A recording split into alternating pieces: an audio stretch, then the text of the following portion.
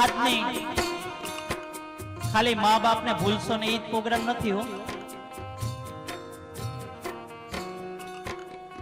પણ દીકરીઓને પણ કંઈક કેવું છે. આજે ડોબરિયા પરિવારને આંગણે આ મા બાપ ને ભૂલશો ને પ્રોગ્રામ છે ને,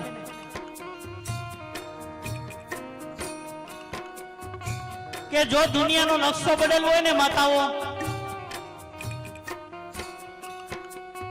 દુનિયાનો નકશો બદલવો હોય ને તો આ બેનો ફેશન છોડી દે અને મારા વડીલો વ્યસન છોડી દે ને તેથી આ દુનિયાનો નકશો બદલી જાય હો.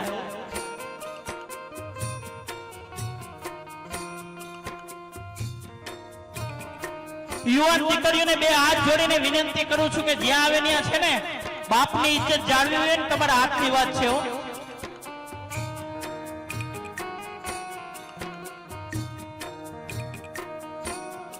બાપને લાખ નો કરવો કે કોડી નો કરવો ને એ દીકરીઓ તમારા હાથની વાત છે. અરે તમે આમ ઊંચું ઉપાડીને ન જોવો તો આ દુનિયાની તાકાત નથી કે તમારી સામું જોઈ શકે હો. કારણ કે તમે જો અવરું પગલું ભરી લ્યો ને બેનો, તેથી બાપને કાળજાના કટકા થઈ જતા હોય. અરે આ દુનિયાથી હારી જતો હોય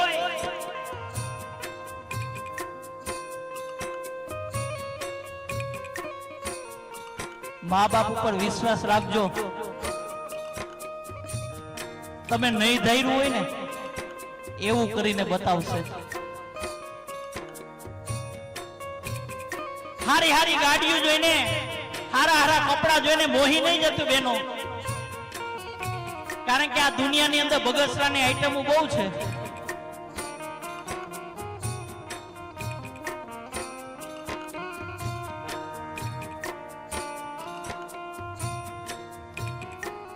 મોઢે બાંધે તો ઓળખાય નહીં. આપણે 8 વાગ્યા પછી ચોપાટીએ જઈને બેહ્યો.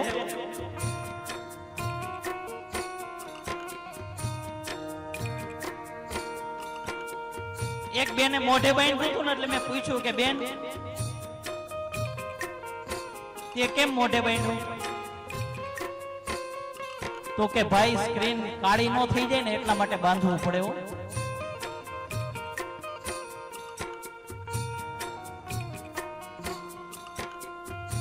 અને એનું મેં માથા મોઢું જોયું તો અમાસની રાત જેવું હતું. રાતે હમી મળે ને તો આપણે ભટકાઈ જાય, દેખાય નહીં. અરે બેન જો તારા ચામડા કાળા હશે ને તો આ સમાજ સ્વીકાર કરશે. બાપ તારા ચામડા કાળા હશે ને તો આ સમાજ સ્વીકાર કરશે. પણ જિંદગીની અંદર કઈક કલંક ડાઘ લાગી ગયો છે ને સમાજ સ્વીકાર કોઈ દી નહીં કરે.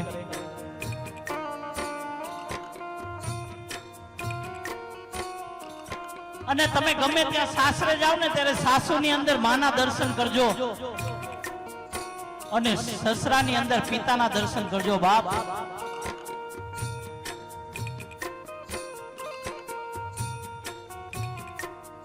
કારણ કે બાપની ઇજ્જત જાળવી ને એ તો દીકરીઓને હાથની વાત છે. કારણ કે આની આ માતા ધારે ને તો ભગવાન રામને જન્મ આપી શકે. આની આ માતા ધારે તો ભગવાન દ્વારકાધીશને જન્મ આપી શકે. આની આ જનેતા ધારે ને સ્વયં મારો રામદેવજી મહારાજને જન્મ આપી શકે. બાપ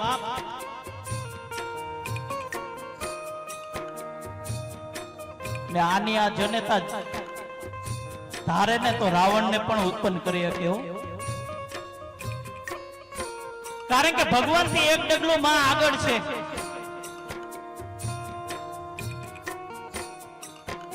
તમે જો તમારા માને ભજશો ને, તમારી માતાને ભજશો ને, માતા પિતાને ભજશો ને તો ભગવાન મળશે.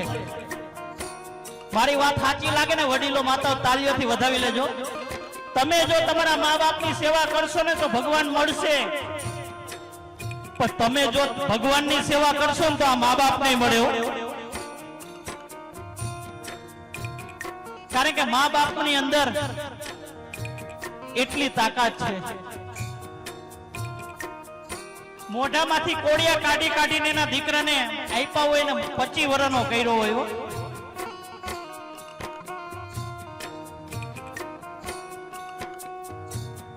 દીકરો આવે એટલે આખા ગામમાં પેંડા વેચે કે મારી ઘરે સંતાનનો જન્મ થયો, મારી ઘરે દીકરાનો જન્મ થયો. બાપ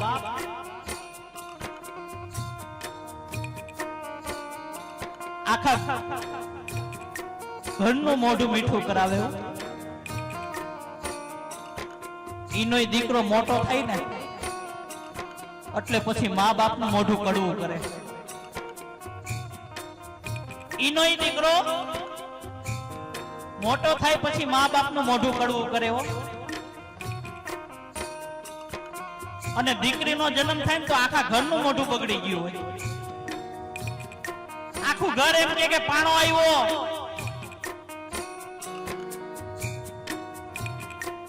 દીકરી પાણો છે? દીકરી તો તુલસીનો ક્યારો છે બાપ. કોણ કહે છે દીકરી સાપનો ભારો છે? કોણ કહે છે દીકરી સાપનો ભારો છે? અરે અમે તો એમ કહીએ કે દીકરી છે ને ઈ તો તુલસીનો ક્યારો છે. અને જે ઘરની અંદર દીકરી રમતી છે ને ત્યાં મારા ઠાકોરજીને આવવાનું મન થાય બાપ.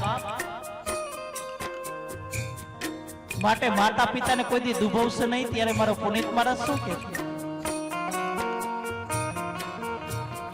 ઓ કાઢી મુખેથી કોડિયા મોંમાં દઈ મોટા કર્યા. મોંમાં દઈ મોટા કર્યા. મોંમાં દઈ મોટા કર્યા. કાઢી મુખેથી કોડિયા મોંમાં દઈ મોટા કર્યા. અમૃત તણા દેનાર સામે ઝેરવું ચરસો નહીં. ભૂલો ભલે બીજું બધું મા બાપને ભૂલશો નહીં. અગણિત છે ઉપકાર એના, એ વિસરશો નહીં. મા બાપને ભૂલશો નહીં. મા બાપને ભૂલશો નહીં.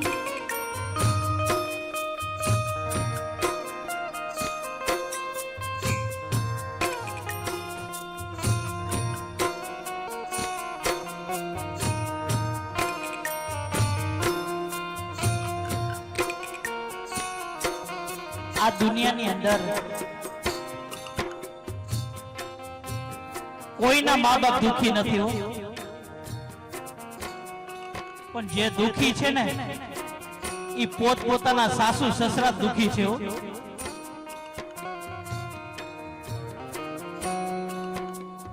આ દુનિયાની અંદર જે દુખી છે ને ઈ પોતપોતાના સાસુ સસરા દુખી છે.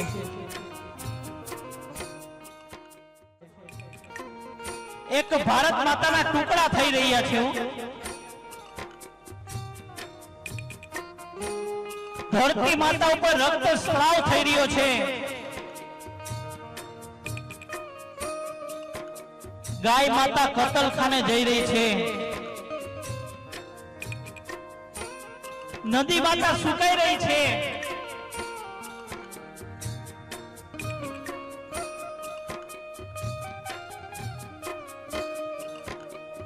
અને ઘરની માતા વૃદ્ધાશ્રમ તરફ જઈ રહી છે.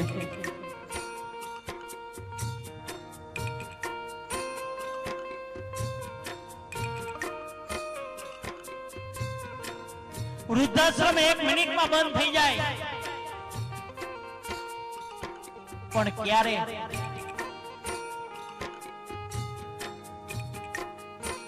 આ વૃદ્ધાશ્રમ ખુલ્લા નહીં તો આપણી કાયરતાની નિશાની છે બાપ. કે દરેક સમાજની અંદર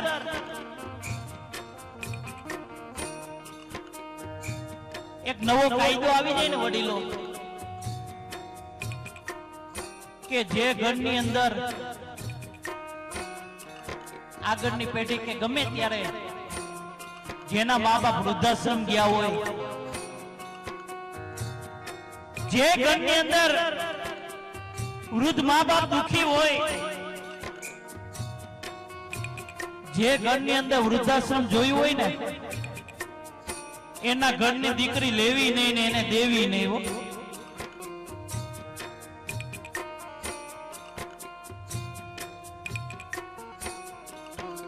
કારણ કે એની દીકરી તમે લેહો ને એટલે તમારો ક્યારેક વૃદ્ધાશ્રમમાં જવાનો વારો આવશે, યાદ રાખજો. કારણ કે ચામડા ગમે એટલા ધોળા હોય પણ સ્વભાવ ન જાય કોઈ દી. જાતિ સ્વભાવ તો બતાવીને જ રહીએ બાપ.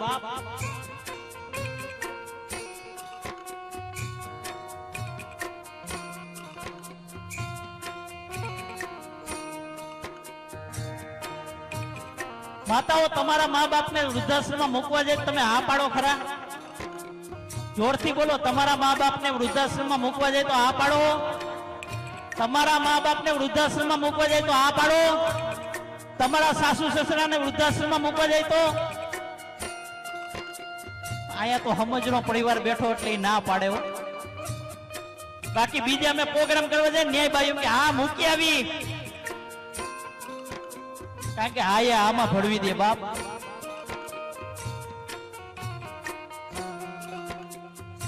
તમને જો તમારા મા બાપની અંદર દ્વારકાવાળો નહીં દેખાય ને,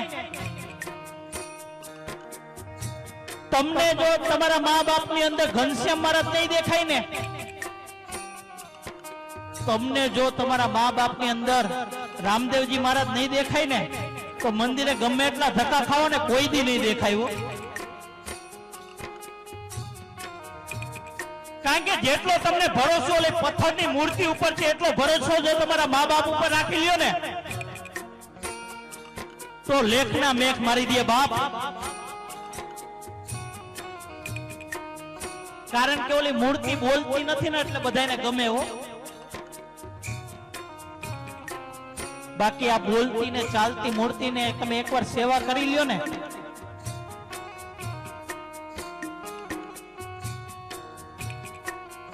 હું ઘરેથી ગમે તે કામ કરવા નીકળું વડીલો, સવારે નીકળું એટલે મારા મા બાપને હું પગે લાગીને જ નીકળું છું. હાલના સમયની અંદર માતાઓ મંદિરે પૈકે ન લાગુ, મારા મા બાપને લાગી લઉં. કારણ કે આજે હું જે બોલું છું ને તમે સાંભળો છો ને, આજે મારી જે સફળતા છે ને એ હું ગર્વથી કહું છું. મારા મા બાપના આશીર્વાદ છે બાપ, એના આશીર્વાદ ફરી ગયા હો. બાકી જો તમે તમારા મા બાપને દુખી કરશો ને,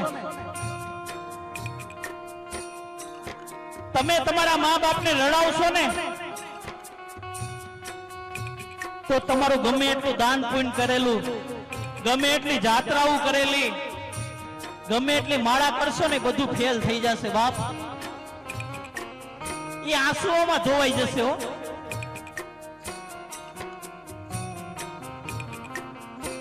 माँ बाप को मत सताना, उसका दिल रो देगा बाप.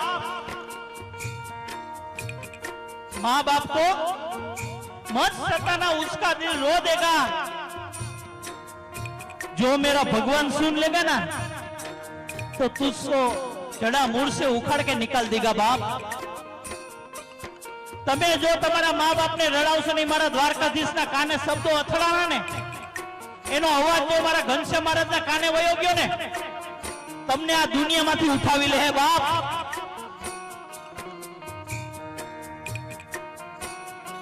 અને જેને જેને મા બાપની સેવા કરી લીધી ને એને મારો પુનિત મહારાજ શું કહે છે? ઓ ભીને સુઈ પોતે અને સૂકે સુવાડ્યા આપને સૂકે સુવાડ્યા આપને સૂકે સુવાડ્યા આપને ભીને સુઈ પોતે અને સૂકે સુવાડ્યા આપને એ અમીમય એ આંખને એ અમીમય એ આંખને ભૂલીને ભીંજવશો નહીં ભૂલો ભલે બીજું બધું મા બાપને ભૂલશો નહીં અગણિત છે ઉપકાર એના એ હવી સરશો નહીં મા બાપને ભૂલશો નહીં મા બાપને ભૂલશો નહીં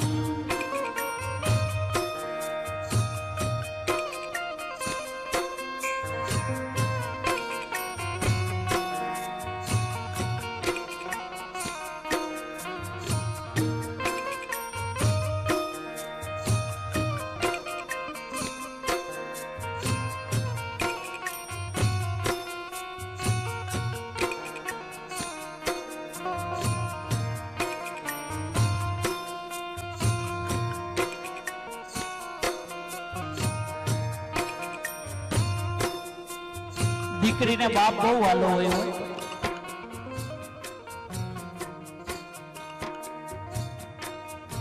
દીકરી વર્ષાબેન અને ઉષાબેન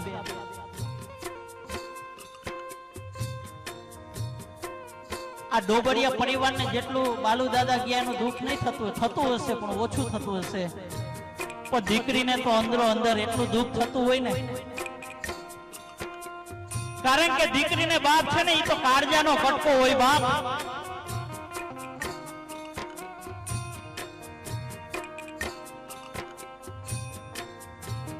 ઉષાબેન ને એમ હોય કે મારા પિતાજી મને ક્યારે મળશે હવે પાછા વર્ષાબેન ને એમ હોય કે મને મારા પિતાજી ક્યારે મળશે કારણ કે આ દુનિયાની અંદર એને કાંઈ પણ તકલીફ પડે ને એટલે તરત જ બાપને ફરિયાદ કરે હો